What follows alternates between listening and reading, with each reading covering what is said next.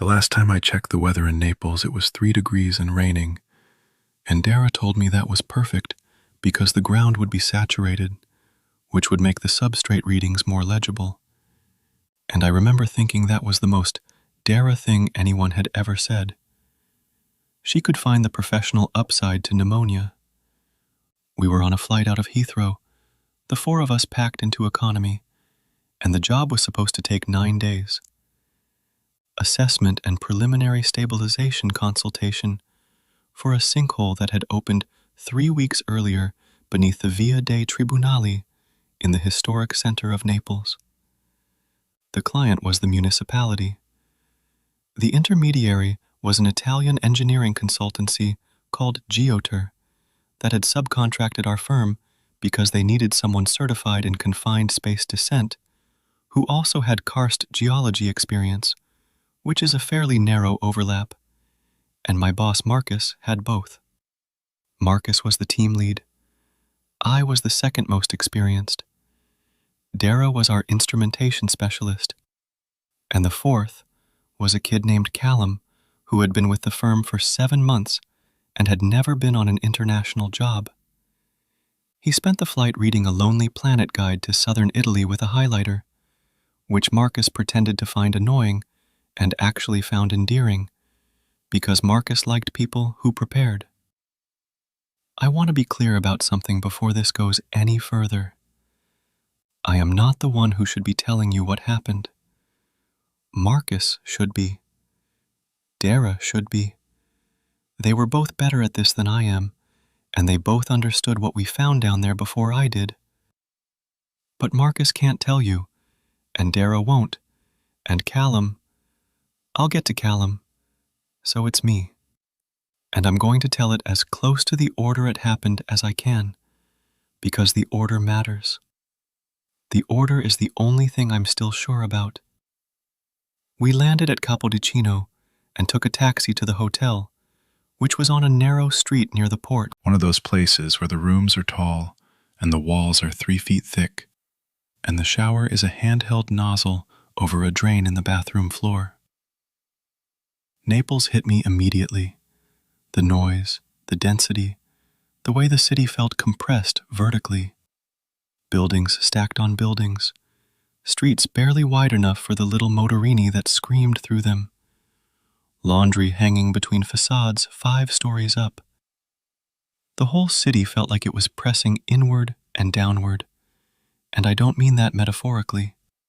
Naples is built on top of itself, literally. There are Greek ruins under Roman ruins, under medieval basements, under Baroque churches. The entire city is layered like sediment.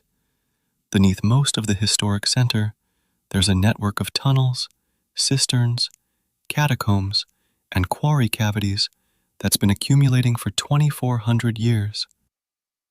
The tufo giallo, the yellow tuff, a volcanic rock that's soft enough to carve when fresh, but hardens on exposure to air, was mined from directly below the city to build the city above. So Naples is, in a very real sense, standing on its own hollowed-out skeleton. This is relevant because the sinkhole we'd been sent to assess wasn't a typical karst dissolution feature.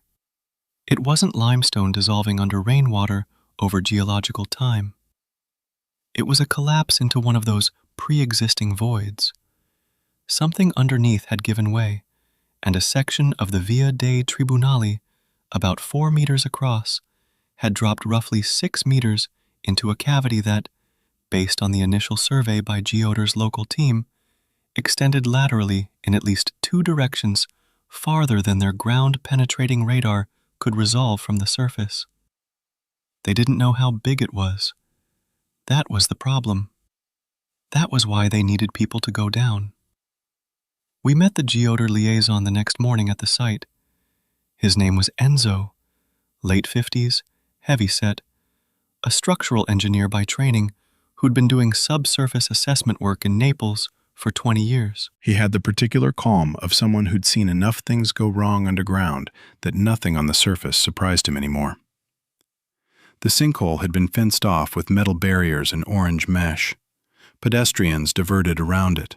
A few shop owners on the block were standing outside, smoking, watching us with the resigned irritation of people whose livelihood was being disrupted by geology. The hole itself was roughly oval, and from the surface you could see maybe 3 meters down before the light failed. The edges were ragged, broken asphalt, severed utility conduits, a visible cross-section of historical fill material. I could see a fractured terracotta pipe about a meter down that probably dated to the 1800s. Below that, rubble. Below the rubble, darkness. Enzo walked us through the existing data.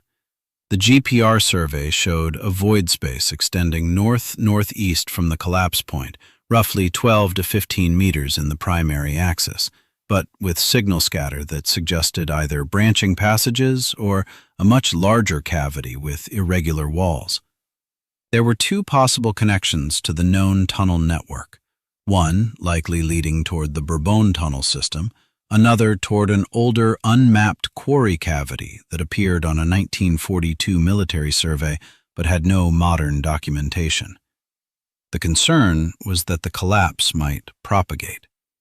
That if the void was large enough and the remaining roof thin enough, another section of street could drop. There were residential buildings within 10 meters of the hole on both sides. Enzo showed us the crack monitoring data on the nearest facades. 2 of the buildings had fresh diagonal cracking on their lower floors. He said it matter-of-factly, but the implication was not casual. People lived there. The municipality needed to know within the week whether to evacuate. Marcus asked Enzo if anyone had been down yet. Enzo said Geotor had sent a camera drone into the upper cavity 3 days after the collapse. It had returned footage of the first 8 or 9 meters, rubble slope, standing water at the base, lateral passages heading north and what appeared to be east. The footage quality was poor because of the dust and humidity. The drone had lost signal approximately 14 meters in. They'd sent it twice more. Same result both times. Signal loss at roughly the same distance, as if something in the rock was absorbing the transmission. Enzo said it was probably just the density of the surrounding tuff and the geometry of the passage creating a radio shadow. Marcus nodded, but I saw him write something in his notebook and underline it. That afternoon we prepped gear. Marcus was methodical about this in a way that went beyond professionalism into something almost ritualistic. Every carabiner checked, every gas detector calibrated, every meter of rope inspected, coiled, tagged. He had Callum do the buddy check on the harnesses twice, not because he didn't trust Callum, but because he wanted Callum to internalize the habit.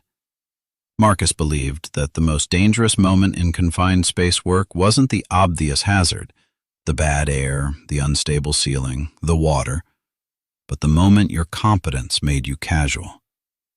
He'd told me this on my second job with him 4 years earlier, in a culvert in Manchester.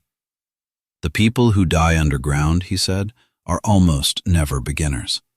They're the ones who've been down enough times to stop being afraid of the right things. I thought about that later. I think about it now. We descended the next morning at 7. The street had been closed for a full block. Enzo's team had rigged a scaffolding frame over the hole with a mechanical winch and a secondary rope system. We went in 2 pairs, Marcus and me first, then Dara and Callum 10 minutes behind. Standard protocol. Advanced team assesses atmosphere and structural stability before the second pair descends. The morning was cold and gray. The street vendors a block over were already setting up, and I could smell coffee and fried dough. And then I was over the edge, and the smell changed to something older and wetter, and the sounds of the city became distant, in a way that felt less like moving away from them, and more like them being removed. Like someone was turning down the volume of the world from somewhere else. The descent was about 6 meters through the collapse zone. Loose material, dangling rebar, that broken terracotta pipe, all of it slick from groundwater seepage. Then we were on the rubble slope at the base, and Marcus had his headlamp on and was already reading the gas detector. Oxygen was good, no hydrogen sulfide, trace methane but well below action level. The air smelled like wet calcium, that chalky mineral smell you get in limestone caves, except this wasn't limestone. It was tuff, volcanic.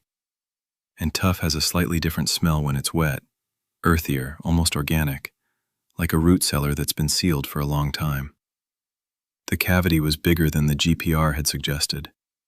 We were standing at the base of the collapse cone in a roughly domed space maybe 5 meters high at the apex, and perhaps 10 meters across. The walls were carved, not roughly, not the way you'd expect from a hasty medieval quarry operation. The surfaces had tool marks, yes, but they were regular and deliberate, and in places I could see where the carving had followed the natural banding in the tuff, curving with the grain of the rock rather than cutting against it. There was standing water on the floor, maybe 15 centimeters deep, cold and clear. And ahead of us, to the north, there was a passage. Marcus radioed up to Enzo. Good air, stable cavity proceeding north. Enzo acknowledged. Marcus looked at me. His face was calm, but his eyes were doing that thing they did when something had engaged him professionally. A slight narrowing, a focus that excluded everything peripheral. He said, "This isn't a quarry." I said, "What is it?" He said, "I don't know yet." And he started walking. The passage was about 2 meters wide and perhaps 2.5 high. The floor was uneven but not treacherous. The water continued, shallow, moving very slightly, which meant it was draining somewhere. The walls showed the same deliberate carving, and as we moved farther from the collapse point and the light from above disappeared behind us, the headlamps picked up something I hadn't expected.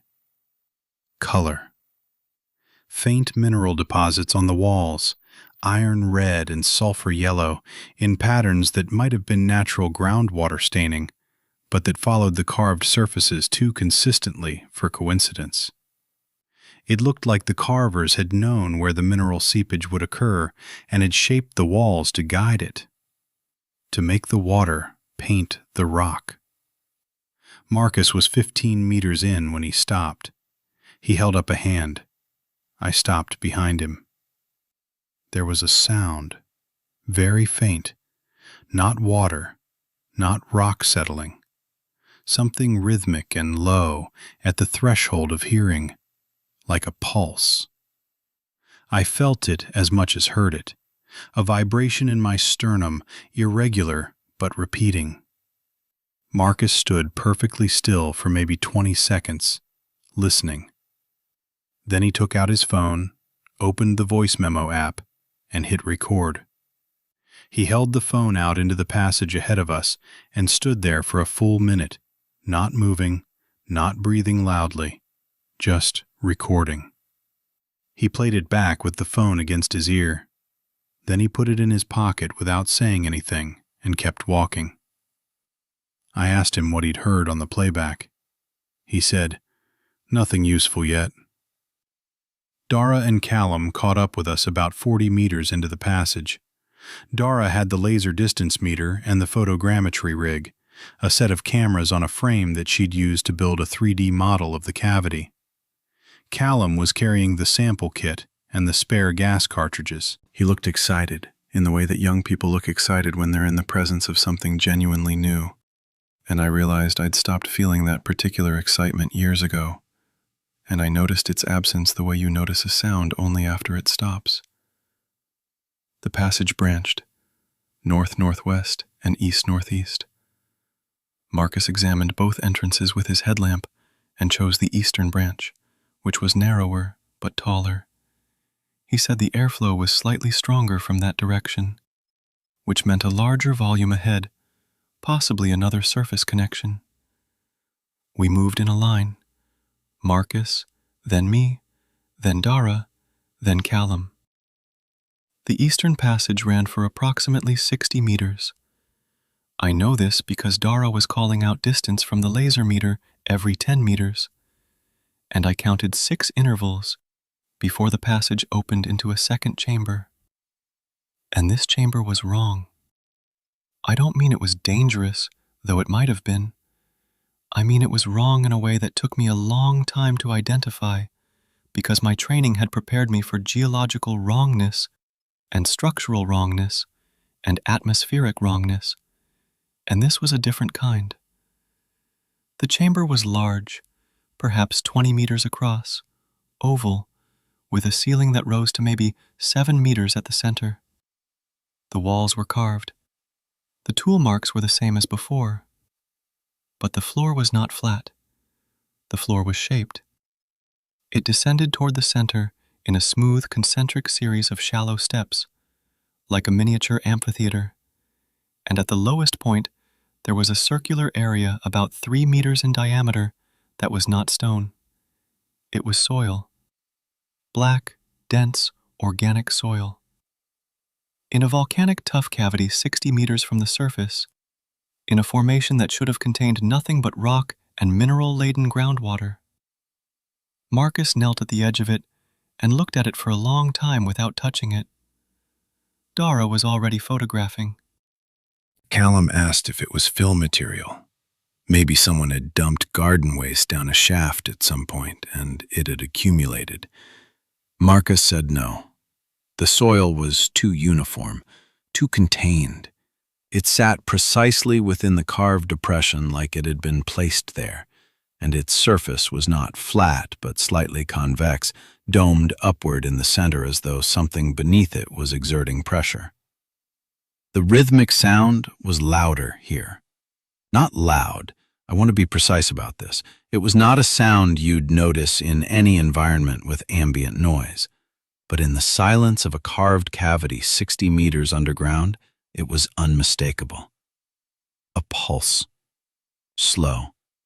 Perhaps one beat every 4 or 5 seconds. Coming from the soil. Marcus touched it. He pressed his palm flat against the surface and I watched his face change. Not dramatically. His expression didn't collapse or contort. It just rearranged. The way a face rearranges when someone receives news that requires revision of a fundamental assumption. He pulled his hand back, looked at his palm, then looked at me and said, "It's warm." Dara was already taking a temperature reading. The surrounding rock was 11 degrees Celsius. The soil was 19. 8 degrees warmer with no obvious heat source, no geothermal vent, no decomposition sufficient to generate that differential in a static system.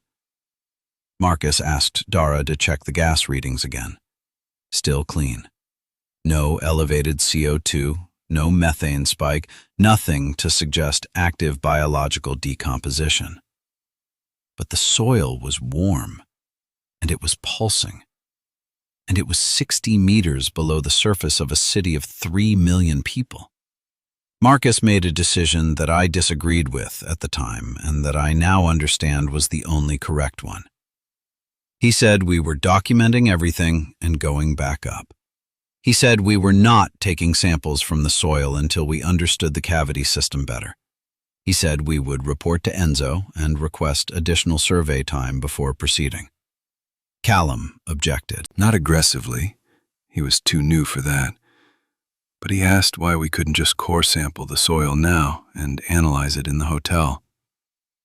Marcus said, "Because I don't know what this is yet, and when I don't know what something is, I don't put tools in it." We went back up. We debriefed with Enzo in a cafe near the site, and Marcus described the chamber and the soil and the thermal anomaly in clinical terms, and Enzo listened with his arms crossed and then said something that made me recalibrate everything I'd assumed about the job. He said, "You found it faster than I expected." Marcus set his coffee down. His voice didn't change, but his hand on the table went flat, the way it did when he was controlling a reaction. He said, "You knew." Enzo said it wasn't that simple. He said that the underground network beneath the old city contained things that didn't map cleanly onto any geological or archaeological framework. He said that Geoter had encountered anomalous features 3 times in the past decade in 3 separate cavity systems, and that each time the features had been documented, sealed, and reported to a specific office within the Soprintendenza, the Cultural Heritage Authority. He said that the sinkhole on Via dei Tribunali had been flagged internally not just as a structural risk but as a potential access point to one of these features, and that the reason Geoter had subcontracted an international team was partly for the expertise and partly because an outside team's report would carry different institutional weight than a local one. Marcus asked, "Different how?" Enzo said, "Deniable." There was a silence at the table that had its own weight. Dara was looking at Enzo with an expression I knew. It was the expression she wore when she was deciding whether someone was lying, and she was very good at that particular determination. She asked Enzo what had happened with the 3 previous anomalies. He said 2 had been sealed and built over. Construction continued above them, and the features were effectively buried. The 3rd had been different. The 3rd had been in a cavity near the Cimitero delle Fontanelle, the old quarry turned ossuary in the Sanità district, and the team that documented it had included a young geologist named Alessio Ferraro, who had, in Enzo's words, developed an attachment to the site. Dara asked what developed an attachment meant. Enzo said that Ferraro had begun returning to the cavity alone outside of work hours, that he'd obtained copies of the access keys, that when his colleagues discovered this, he'd become agitated and then withdrawn. And then he'd stopped coming to work entirely. And when someone from Geoter went to his apartment to check on him, they'd found the apartment empty and clean, as though he'd moved out. Except his car was still in the garage, and his bank account hadn't been accessed. That was in 2019. Ferraro had not been found. The case was technically still open with the Polizia, classified as a voluntary disappearance. Marcus asked if Ferraro had touched the soil. Enzo looked at him for a long time and then said, "I wasn't there." But the report says he took samples. We went back to the hotel. Marcus called our office in London and had a conversation behind a closed door that lasted 40 minutes. When he came out, he told us the firm had authorized 5 additional days and that we were to complete a full survey of the cavity system, including the anomalous chamber, with comprehensive documentation. He said the client, the municipality, had been informed that the assessment would take longer than projected. He said there was pressure to deliver a recommendation on the evacuation question quickly, which meant we needed to map enough of the void network to model the collapse risk regardless of what was in the soil chamber. He also said, and this is the part I keep returning to, that we were not to discuss the soil feature with anyone outside our team and Enzo's direct supervision. He said this was a client confidentiality issue. I believed him. I shouldn't have. The confidentiality was real, but the reason wasn't contractual. The reason was that Marcus had understood something during that phone call that he chose not to share with us, and the thing he understood was that our firm had been briefed on the anomalies before we'd ever left London, and that the sinkhole assessment was real, but secondary, and that the actual purpose of sending us was to do what Geoter wouldn't do anymore after losing Ferraro. To go into the chamber and determine what the soil contained. I didn't know this at the time. I learned it later from Dara, who learned it from Marcus the night before everything changed. But I want you to know it now, because it changes the shape of what I did and why I did it, and because I need you to understand that when I tell you I went back down, I went believing I was doing a structural survey. I went believing I was helping determine whether families needed to leave their homes. That belief was not entirely wrong, but it was not the whole truth. And the gap between partial truth and whole truth is the space where people get hurt. The second descent was on day 4. Same protocol, same pairs. This time we went left at the branch, north-northwest, to map the rest of the system before returning to the anomalous chamber. The northern passage was longer and more complex. It connected, as Enzo had suspected, to a segment of the Bourbon Tunnel, the 19th century military passage that runs beneath much of the historic center. We found the junction about 120 meters in. The character of the carving changed at that point. Newer, more industrial, with pick marks rather than the older chisel work. The Bourbon Tunnel section was partially flooded, knee-deep, and Marcus decided not to proceed through it without waiters and additional lighting. We turned back and took a side passage we'd marked on the first descent, one that ran roughly south from the branch point. This passage was different. It descended. Not steeply, but noticeably. A grade of maybe 7 or 8 degrees over a distance of perhaps 40 meters. The ceiling lowered. The walls narrowed. Dara and I had to turn sideways in one section where the gap was barely 50 centimeters. Callum, who was broader across the shoulders, struggled. Marcus, ahead of us, moved through it with the fluid compression of someone who'd spent a career fitting his body into spaces that didn't want him. The passage opened into a third chamber, smaller than the anomalous chamber, perhaps 8 meters across. No soil feature, but the walls here had something else. Marks. Not tool marks, not mineral deposits. These were made by human hands, in something dark, charcoal or soot, and they covered every surface from floor to ceiling. They were not writing, or at least not any writing I could identify. They were shapes, repeated, overlapping, layered so densely in places that the individual forms were impossible to distinguish. Where they were sparser, near the floor, I could see that each shape was the same basic element, a circle, roughly palm-sized, with a single radial line extending from the center to the edge, like a clock showing 1 o'clock, or like an eye with a single eyelash, or like a compass pointing in one direction. The direction varied from mark to mark, and the marks were made at different heights, as though by people of different statures, or by the same person over many sessions. Dara photographed everything. Callum stood in the center of the chamber and turned slowly, taking it in, and he said something I've never forgotten. He said, "They're all looking at the same wall."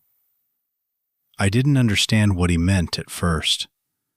Then I looked again, and he was right. The radial lines, the single strokes extending from each circle, if you followed them, they all pointed in the same direction. South, southeast, toward the far wall of the chamber where the marks were densest, where they'd been layered so thickly that the surface was almost entirely black. And in the center of that blackened section, there was an opening, another passage. Very low, you'd have to crawl. And from that passage came air that was warm and moved in that same slow rhythm. Breathing. Whatever was in the soil chamber was also connected to this space, through the rock, through passages we hadn't mapped, and it was large enough or distributed enough to produce airflow from 2 separate points in the system. Marcus stood at the crawlway entrance and shone his light in. I was beside him. The passage extended beyond the reach of the beam, more than 30 meters. The floor was smooth, not carved, worn. Worn smooth by contact, by bodies passing through it on hands and knees, and not recently. The wear was deep, generations deep. This was a path that had been used by hundreds of people over hundreds of years, crawling toward whatever was on the other side. Marcus turned off his headlamp. In the sudden darkness, with all 4 of our lights extinguished at his request, we could see it. A glow. Very faint, very deep in the passage, amber-colored and shifting like light on water. Not electrical, not fire. Something else. Marcus said, "We're going back up." Callum said, "Shouldn't we at least—" Marcus said, "No, we're going back up. Now." We went back up. On the surface, Marcus pulled Enzo aside and they talked for 20 minutes while the rest of us stood by the barriers in the thin winter sunlight. And Dara said quietly to me, "He's scared." I said, "I know." She said, "I've worked with him for 6 years. I've never seen that before." I said, "I know." That evening, Marcus gathered us in his hotel room and laid out the situation as he understood it. He said the cavity system was more extensive than Geoder's surface surveys had indicated. He said the anomalous features were real and currently unexplained. He said our professional obligation was to complete the structural assessment, to map enough of the void network to model the collapse risk for the buildings above, and that this could be accomplished without entering the crawlway or further investigating the soil chamber. He said he was going to recommend to the client that the anomalous areas be sealed and that a long-term monitoring system be installed. He said this was the right call. Then Dara said, "Tell them what you told me." Marcus looked at her. Something passed between them. Not affection exactly, but the kind of trust that forms between people who've relied on each other in physical danger multiple times. He said that our firm had known about the anomalous features before engaging the contract. He said the managing director had discussed it with Geoder's principal. He said the stated purpose of our involvement, structural assessment for potential evacuation, was genuine, but was not the only purpose. The other purpose was characterization of the anomalous feature, for reasons that Marcus had not been fully briefed on, but that he suspected were connected to interest from a party that was not the municipality and not Geoder. Callum asked who. Marcus said he didn't know. He said it didn't matter because he was the team lead, and his decision was that we would complete the structural scope, document the anomalous features from a safe distance, include them in our report as unexplained voids requiring further investigation by specialists in a different discipline, and go home. I agreed with him. Dara agreed with him. Callum didn't disagree, but he had the look of someone who'd been handed a locked door and told not to wonder what was behind it. And I recognized that look, because I'd worn it myself at his age, and I knew it was the look that preceded the worst decisions. What I didn't know, what none of us knew, was that Callum had already made his decision before the meeting. He'd made it in the third chamber, standing among those marks, looking at the crawlway. I don't know what he felt in that moment. I don't know if it was curiosity or ambition or something the place itself was doing to him. I only know what happened next. I woke at 2 a.m. to a sound in the hallway. Not loud. A careful sound. Someone moving quietly past my door in socks. I almost didn't get up. I was tired, and the hotel was old, and people moved through it at odd hours. But something about the quality of the movement, its deliberateness, its direction, put me on the edge of my bed in the dark, listening. A door opened and closed at the end of the hall. The stairway door. I put on clothes and went down. The lobby was empty. The night clerk was in the back office watching something on his phone. The front door was ajar. I found Callum at the site 20 minutes later. The barriers had been moved. The scaffolding rig was still in place. Enzo's team left it assembled overnight because setup took 90 minutes each morning. And one of the ropes was taut. Callum was already down. I should have called Marcus. I should have called Enzo. I should have called the police. Instead, I did the thing that Marcus had spent 4 years training me not to do. I let my concern for one person override the protocol that existed to protect everyone. I clipped in and went down after him. The cavity was different at night. That statement doesn't make physical sense. 60 meters underground, there is no night or day. There is only darkness. But the city above was quiet, and the quietness reached down through the rock in ways that daytime sound didn't, and the space felt less like a void beneath a street and more like a room that had been waiting for the street to stop making noise. Callum's headlamp was visible ahead of me, a bouncing point of light moving through the northern passage. He was going fast, not running, but moving with the fluency of someone who'd memorized the route, which he had, because he'd spent the previous evening studying Dara's photogrammetric model on his laptop, and I hadn't thought anything of it because I'd assumed he was being diligent. I followed. I didn't call out. I don't know why. Something about the silence made shouting feel like a violation, and I realize how irrational that sounds, but I am telling you what I felt, and what I felt was that the darkness had a quality that deserved not to be broken by a human voice. The tunnel walls slid past me in the narrow beam of my headlamp. The colored mineral staining looked different at this angle, from this direction. The iron reds and sulfur yellows seemed to flow along the walls like veins in tissue. And I was aware for the first time that the carving followed not just the grain of the rock, but the path of the mineral seepage, as though the ancient carvers had understood the stone's internal hydrology and had shaped their tunnels to make the water's movement visible, to make the rock's circulatory system something you could see. Callum didn't go to the anomalous chamber. He went past the branch point, down the descending passage, through the narrow section.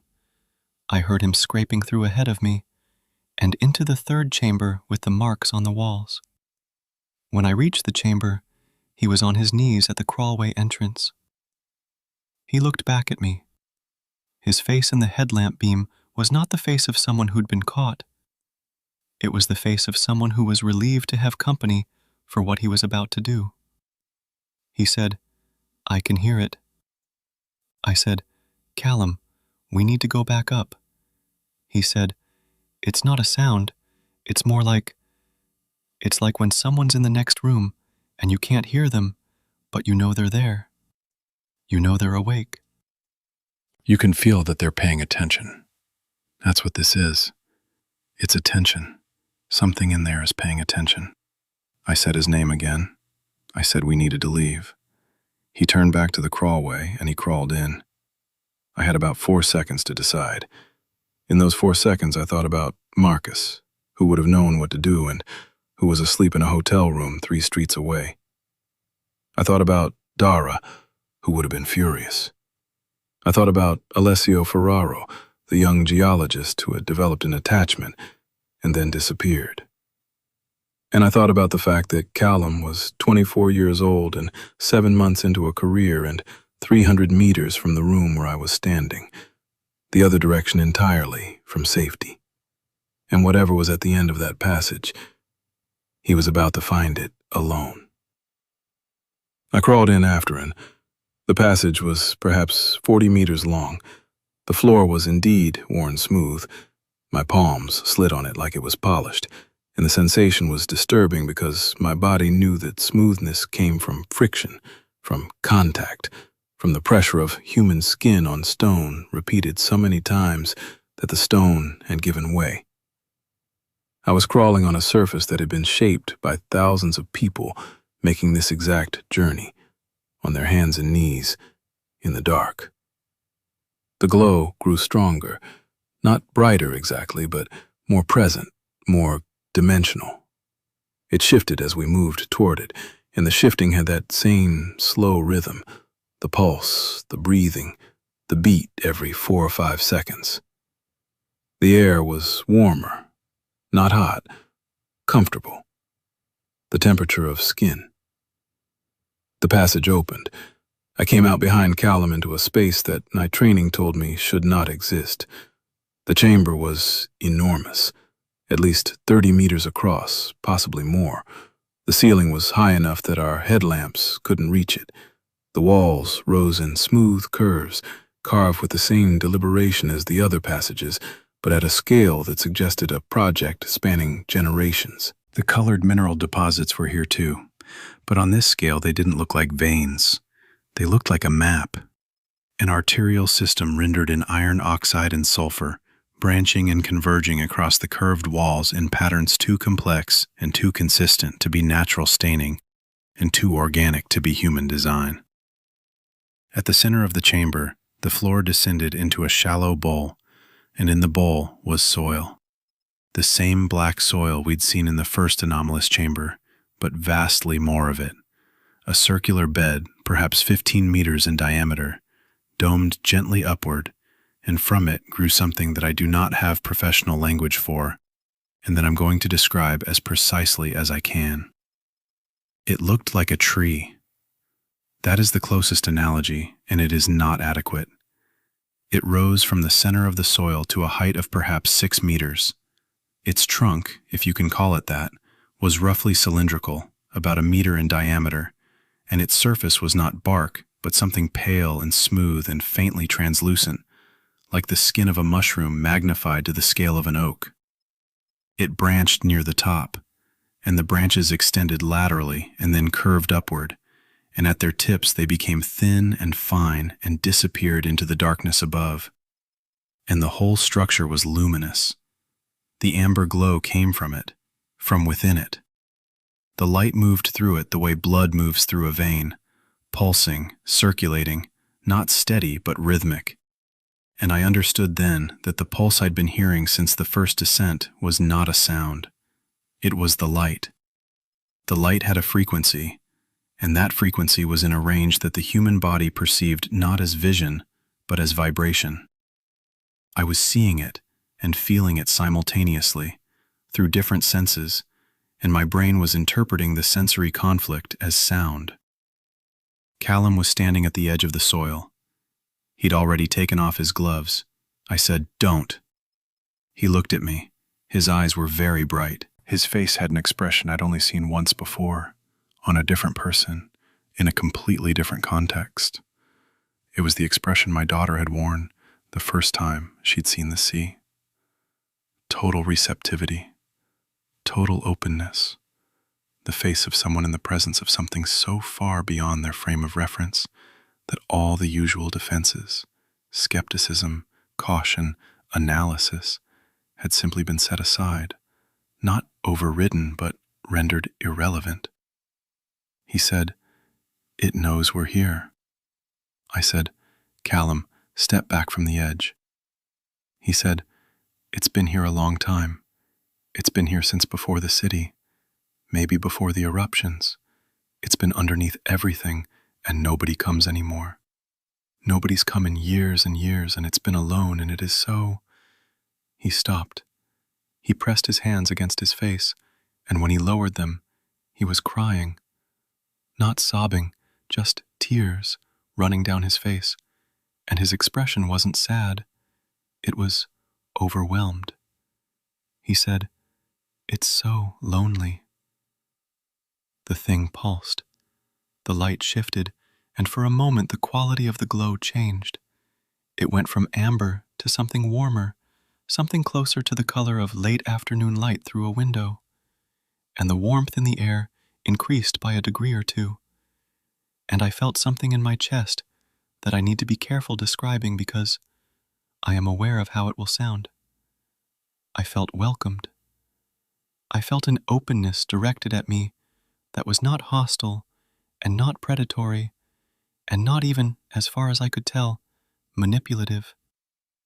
It was the feeling of being noticed by something immense and patient that had been waiting in the dark for a very long time and was grateful, purely and simply grateful, that someone was there. And I understood in that moment exactly what had happened to Alessio Ferraro. I understood that he had found this place and had been seen by it, and that being seen by it felt like the thing that every human being spends their life looking for. Total, unconditional recognition. The sense that something knows you, all of you, and does not look away. I understood that he had come back because the surface world, with its partial recognitions and conditional approvals and relationships that required performance, could not compete with this. I understood that he'd kept coming back until the coming back became the only real thing, and the surface became the interruption. And I understood that this was not because the thing in the chamber was controlling him. It was because the thing in the chamber was offering something genuine, and the genuineness was the danger. Because here is what Callum could not see, standing at the edge of the soil with tears on his face, and his gloves off, and his hands reaching toward the pale trunk. Here is what I could see because I was 10 meters farther back, and the angle was different. The soil was not empty. It was not just soil. At the edges, where the bed met the carved stone floor, there were shapes in the earth. Human shapes. Not skeletons, not decomposed bodies. Something else. People, dozens of them, perhaps more, lying in the soil in positions of rest, curled or supine or prone, and the soil had grown over them, into them, through them. Their outlines were visible the way the outline of a root is visible beneath turf, a contour, a suggestion, a shape that the covering material has not fully concealed. And where the soil was thinnest over them, I could see that they were not dead. Their chests moved, slowly, on the same rhythm as the pulse, the light, the breath of the structure at the center of the chamber. They were breathing. They were alive, incorporated into the soil, into the root system of the thing that grew from it. And they were breathing, and from the visible parts of their bodies, a cheek, a hand, a bare foot, they appeared healthy, nourished, peaceful. Their faces, where I could see them, were expressionless in the way that the faces of people in deep sleep are expressionless, except that deep sleep does not last for years. And some of these shapes were buried deep, and the soil above them was old. They were not prisoners. That is the thing I keep coming back to. Their posture was not the posture of people who'd been forced. They had lain down. They had chosen this. One by one, over centuries, they had crawled through that passage and found this place, and been welcomed, and had chosen to stay. And the staying had become literal, had become physical, had become permanent, and they were still here, still breathing, still alive in whatever way this place allowed life to continue. And the thing at the center was still grateful, still lonely, still reaching out with that warm light and that total recognition to whoever came next. Callum was 3 steps from the soil. His right hand was extended. I did something I am not proud of, and that I believe saved his life. I didn't reason with him. I didn't argue. I didn't appeal to his professionalism or his survival instinct or his intelligence. I grabbed the back of his harness and I pulled him off his feet and I dragged him across the stone floor toward the crawlway, and he fought me. He fought me hard. He was younger and stronger, and he was not fighting me out of panic, but out of grief. The grief of being taken away from the only thing that had ever fully seen him. And I know how that sounds, and I know that Callum was 24 years old and had been in this chamber for less than 5 minutes. And I am telling you that in those 5 minutes, something had reached into him and found the part of him that was lonely, and had illuminated it, and had offered to fill it. And being pulled away from that felt to him like being blinded after a lifetime of sight. He screamed, not words, just sound. And the thing pulsed brighter, and the air warmed, and the shapes in the soil shifted. Not much, barely at all, but enough for me to see that some of them had turned their buried heads toward us, toward the sound, Toward the pain of someone being separated from them. I got Callum into the crawlway. I pushed him ahead of me. He stopped fighting after the first 10 meters. The distance seemed to attenuate whatever the thing was projecting, and by the time we were back in the 3rd chamber with the marks on the walls, he was just shaking and crying and asking me why. I didn't answer. I got him to his feet, and I walked him through the passages, past the branch point, up the rubble slope, and clipped his carabiner to the winch line and radioed Enzo's team to pull him up. It was 4:43 in the morning. The sky above the hole was the gray-purple of pre-dawn. Callum went up in the harness like a man being extracted from water, limp and heavy and done. I went up after him. On the surface, I sat on the cold asphalt and called Marcus. He answered on the second ring because Marcus always answered on the second ring, even at 4 in the morning. I told him what had happened. All of it. He was silent for a long time, and then he said, "Is Callum safe?" I said he was sitting against the barrier with a blanket someone had given him, and he wasn't speaking. Marcus said, "I'm coming." He was there in 12 minutes. He knelt in front of Callum and talked to him quietly, and I couldn't hear what he said, but after a while Callum nodded, and Marcus helped him up and walked him to a taxi and sent him to the hotel with Dara, who'd arrived behind Marcus, and who understood without being told that her job right now was not instrumentation, but human. Then Marcus and I stood at the edge of the hole, and he asked me to describe the large chamber again, in detail, and I did, and when I got to the part about the shapes in the soil, he closed his eyes and said something under his breath that might have been a prayer or might have been profanity, and then he opened his eyes and said, "How many?" I said, "Dozens, maybe more. I couldn't see the whole bed." He said, "And they were alive." I said, "They were breathing." He stood there for a long time, looking down into the hole, and then he said something that divided the rest of my life into before and after. He said, "Then we can't seal it." I said, "What?" He said, "If we seal it, they die. If those people are alive and we seal the cavity, we kill them. Every report we file that leads to this chamber being sealed, we are signing their death warrant. And if we don't seal it..." He stopped. He didn't need to finish. If we didn't seal it, if we didn't fill and cap and reinforce the void, then the structural risk to the buildings above remained, and the sinkhole might propagate, and the families in those apartments with the cracked facades might be sleeping above a collapse that could take them in the night.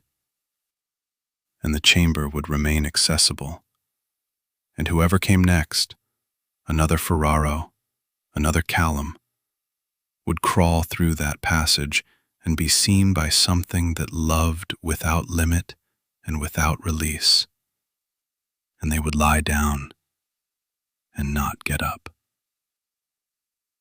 This was the choice. Not an epistemological puzzle, not a question about whether to look or understand. A choice between people. The people in the soil who were alive and who had chosen to be there and who could not consent to being killed because they could not be consulted. And the people on the surface who were alive and who had not chosen to live above a void and who could not be protected without burying the ones below. Marcus looked at me and said, "We need to talk to Enzo." Enzo came to the site at 7. Marcus told him what I'd found. Enzo did not seem surprised, and his lack of surprise was the most disturbing thing I'd encountered since the chamber. He said that the previous sealed sites, the two that had been filled and built over, had contained similar features, smaller, fewer shapes in the soil. The teams that sealed them had known. They had made the same calculation that Marcus was now being asked to make, and they had chosen the surface. They had poured concrete into the chambers and filled the passages, and the things in the soil had been entombed, and the streets above were now stable, and the decision had been absorbed into the bureaucratic structure of the Soprintendenza as a heritage preservation action. and no one had ever checked to see if the things in the soil were still breathing under the concrete. Because checking would require knowing, and knowing would require acknowledging what had been done. Marcus said, "I won't do that."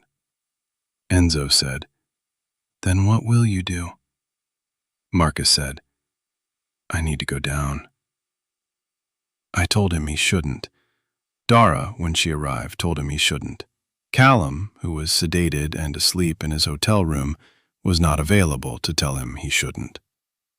Marcus said he understood our objections and that he was going anyway, and that he was going alone, and that he needed to see it for himself before he could write a word about it. He went down at 10 that morning. He was underground for 4 hours and 27 minutes. Enzo and I waited at the surface. Dara stayed at the hotel with Callum. Marcus's radio check-ins came at 30-minute intervals, as agreed. His voice was steady for the first 3. At the 4th check-in, 90 minutes in, his voice was different. Not frightened, softer. He said he'd reached the large chamber. He said he was documenting. He said the light was very beautiful. At the 5th check-in, 2 hours in, he didn't respond. I called him 3 times. Nothing. I looked at Enzo and started putting on my harness. Enzo put his hand on my arm and said, "Wait." 12 minutes later, Marcus called in. He said, "Sorry, lost track of time. Heading back." He surfaced 40 minutes later. He was filthy, and he was calm, and he was not the same person. I don't mean this in a dramatic sense. His features hadn't changed. His voice was the same. But there was something behind his eyes that hadn't been there before. A settledness, a peace that looked wrong on a man I'd known for 4 years to be constitutionally restless. Marcus's default state was productive anxiety. He was always thinking 3 steps ahead, always modeling risks, always slightly uncomfortable because comfort was the precursor to error. That was gone.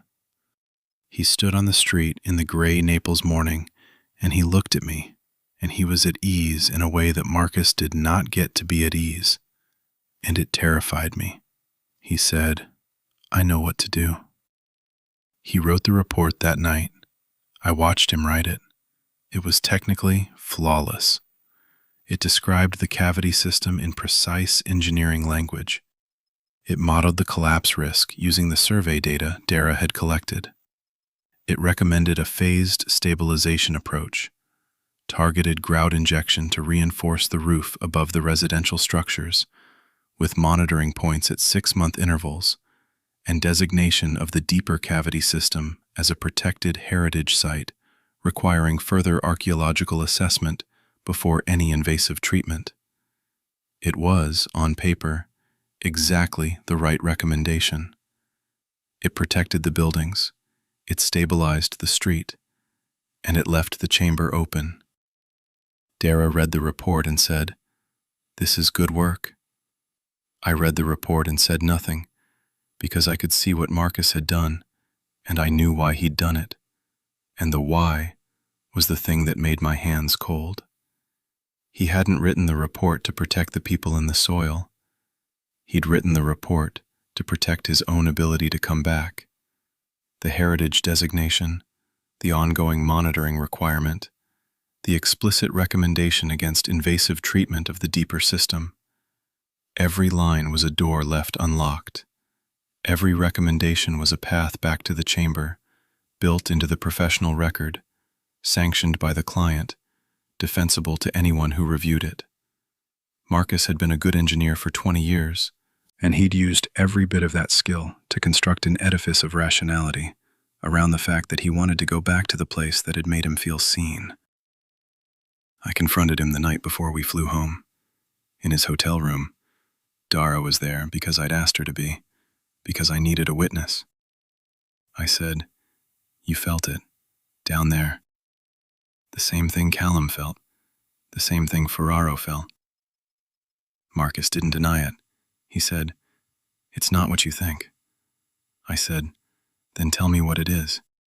He said, "It's not controlling me. It's not even communicating, not in any way I'd recognize as language. It's more like it radiates. It radiates a kind of openness. And when you're in the presence of that openness, you see yourself more clearly than you've ever seen yourself. And it doesn't judge what it sees. It just receives. It just holds. And you realize that everything you've ever done to make yourself acceptable to other people, the competence, the preparation, the control, was a performance, and the performance was exhausting. And this thing doesn't need you to perform. It just needs you to be there."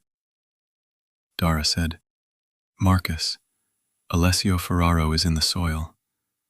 Marcus said, "I know." Dara said, "He's been in the soil for 5 years. He's been breathing on that thing's rhythm for 5 years. Is that what you want?" Marcus said, "No." And then he said, "I don't want it, but I can feel the pull.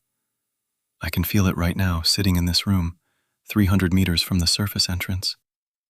I can feel it wanting me to come back, and the want doesn't feel like compulsion.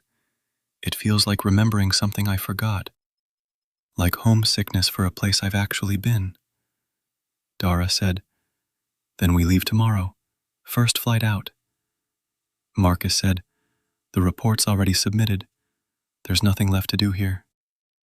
But he looked at the window, and the window faced roughly south-southeast, and I knew that if I drew a line from that window through the city, it would pass very close to the Via dei Tribunali, and beneath the Via dei Tribunali there was a hole.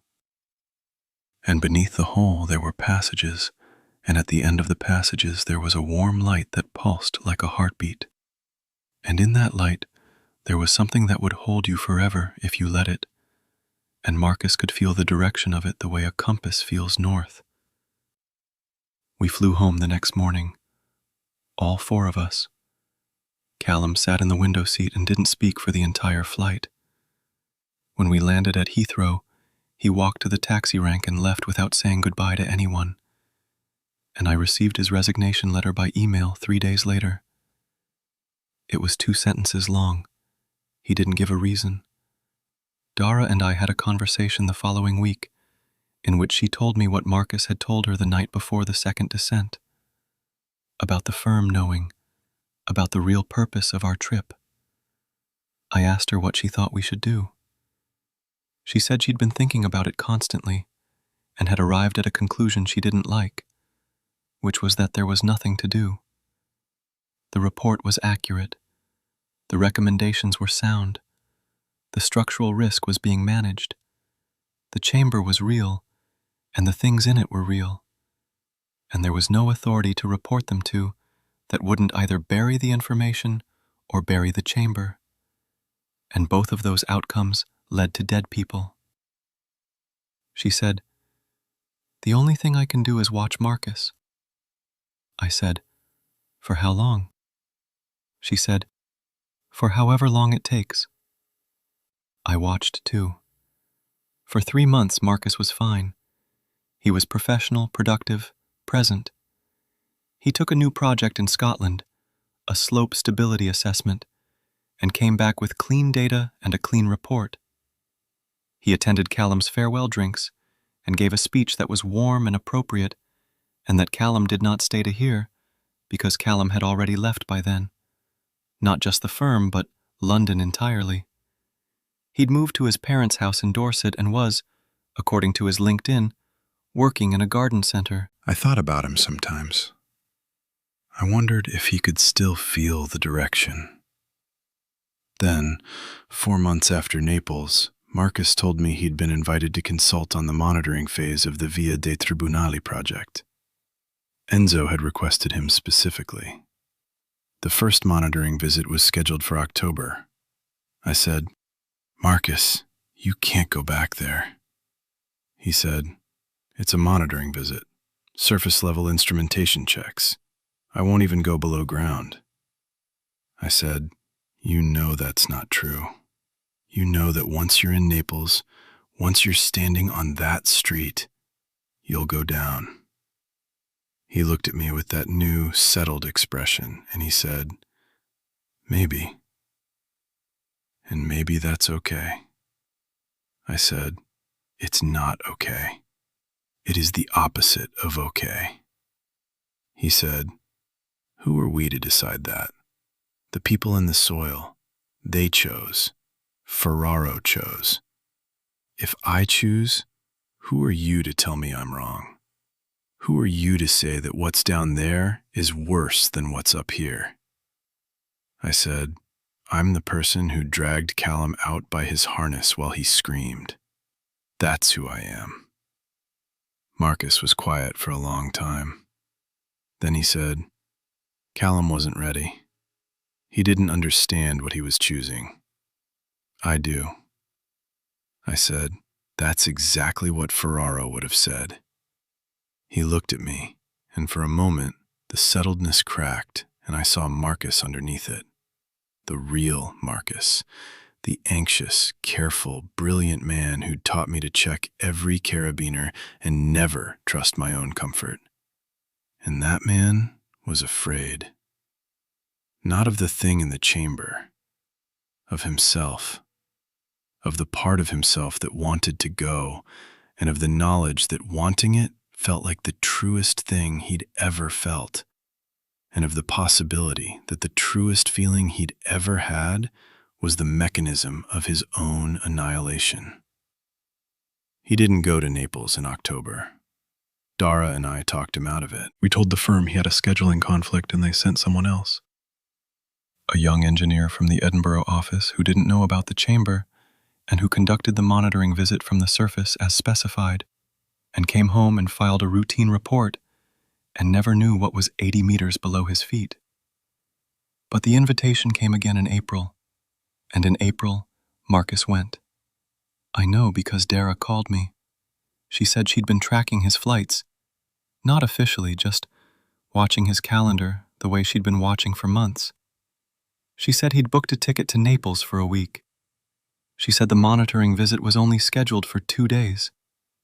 I said, what do you want me to do? She said, I don't know. I've been watching him for 8 months and I don't know what to do. If I tell the firm, they'll fire him and he'll go anyway, independently, without anyone knowing where he is. If I don't tell the firm, he goes with institutional cover, and at least Enzo will be aware he's there. If I go with him, I'm enabling it. If I don't go, I'm abandoning him. I said, those aren't the only options. She said, then give me another one.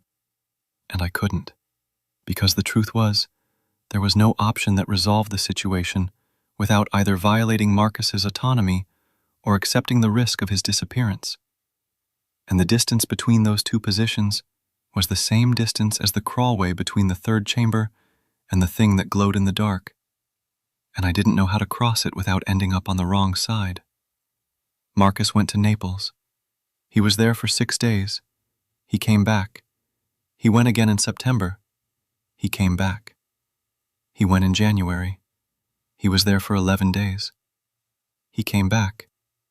Each time, he came back a little quieter, a little more settled, a little less present in the specific, anxious, irritable way that had made him who he was.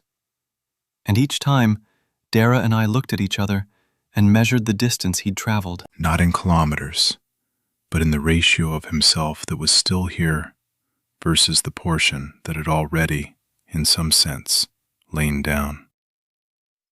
The last time I saw Marcus was at a pub in Clerkenwell 7 weeks ago. He was leaving for Naples the next morning. He'd told me it was a monitoring visit, and I'd stopped pretending to believe that.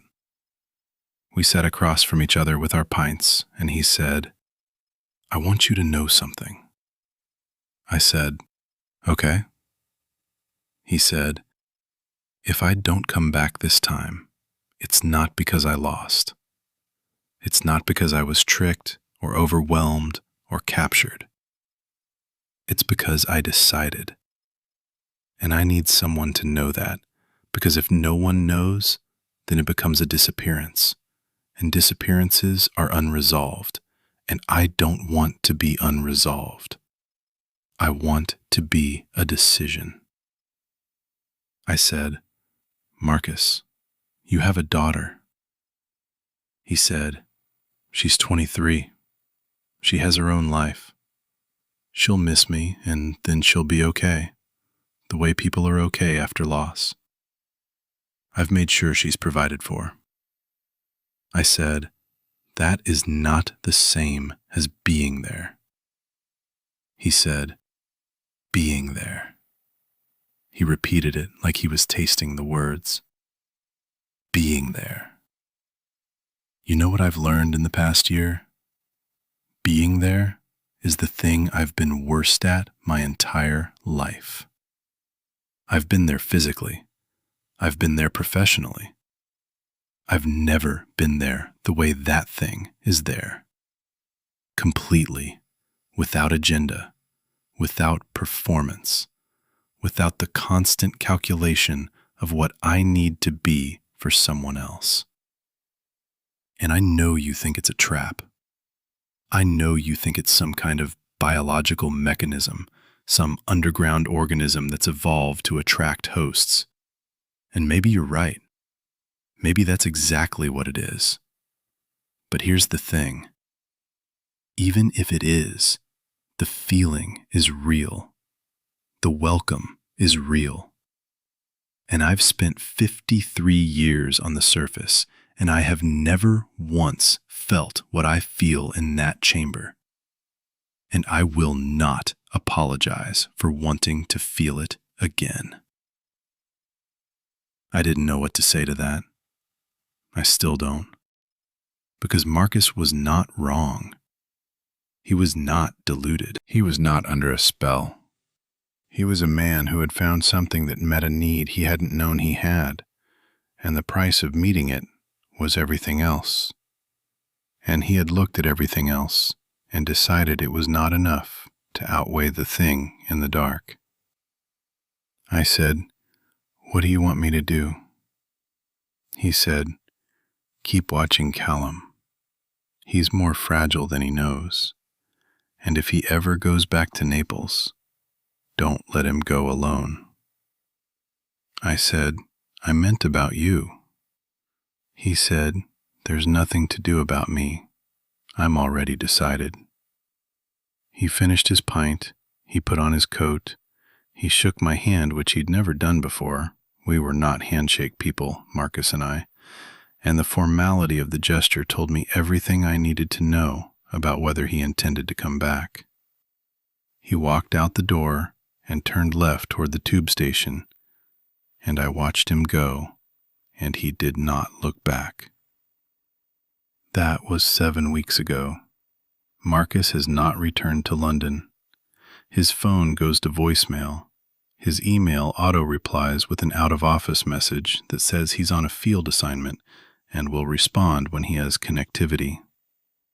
Dara contacted Enzo, who said Marcus had completed the monitoring visit and then told Enzo he was taking personal time to explore the Amalfi coast.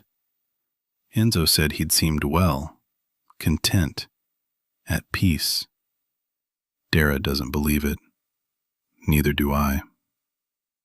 I called Callum last week. He answered, which surprised me. He's still in Dorset. He's still working at the garden center. He said he's doing okay. He said the work is simple and the soil is uncomplicated, and he can feel his hands in it without feeling anything else.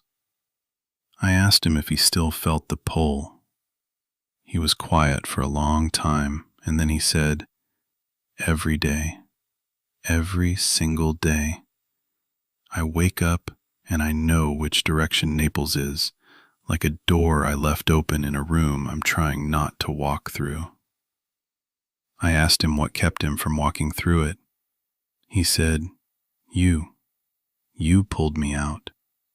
And every morning when I feel the pull, I also feel your hand on the back of my harness. It's not enough to make the pull stop, but it's enough to make me stay.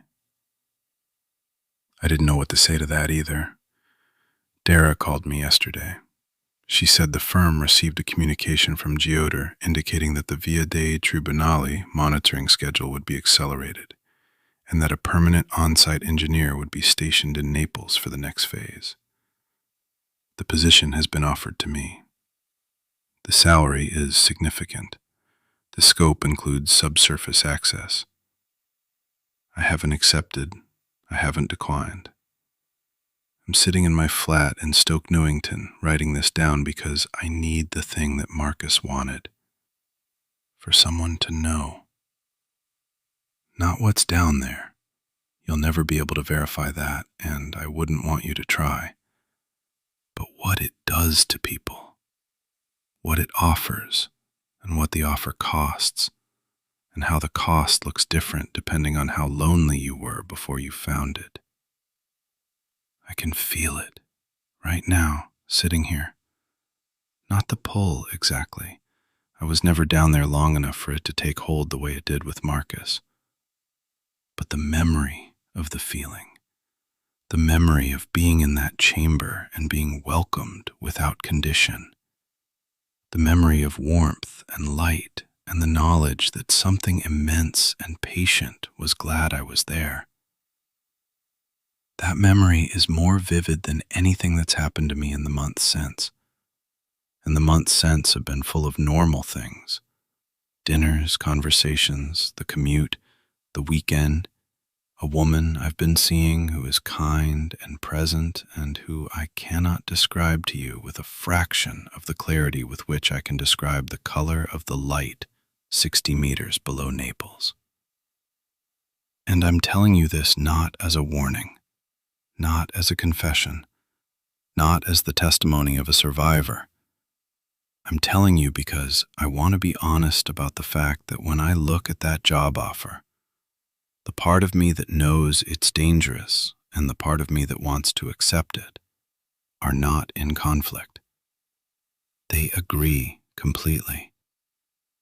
They both know what going back means. They differ only on whether that meaning is loss or arrival.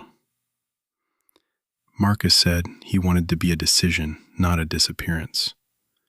I'm trying to extend him that dignity.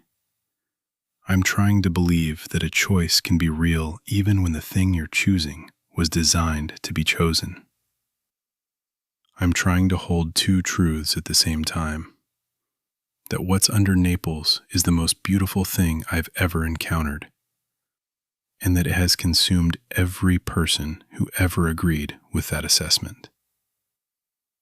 The offer is open for another week. Callum texts me every morning just to check in, just a thumbs up or a brief sentence about the weather or what he planted that day. He never mentions Naples. He never mentions the chamber. He never mentions Marcus. But every message arrives at 6:14 a.m., which is the exact time I pulled him out of the hole. And I understand that the message is not about what it says. It's about the fact that he's still here. That someone grabbed him before he lay down. That the hand on the harness held. I read the message this morning. I read it and I looked south and I felt the warmth on my face that isn't the sun, and I put my phone down and I sat with it. The wanting and the knowing. The welcome and the cost. The memory of a light that breathes. I haven't replied yet.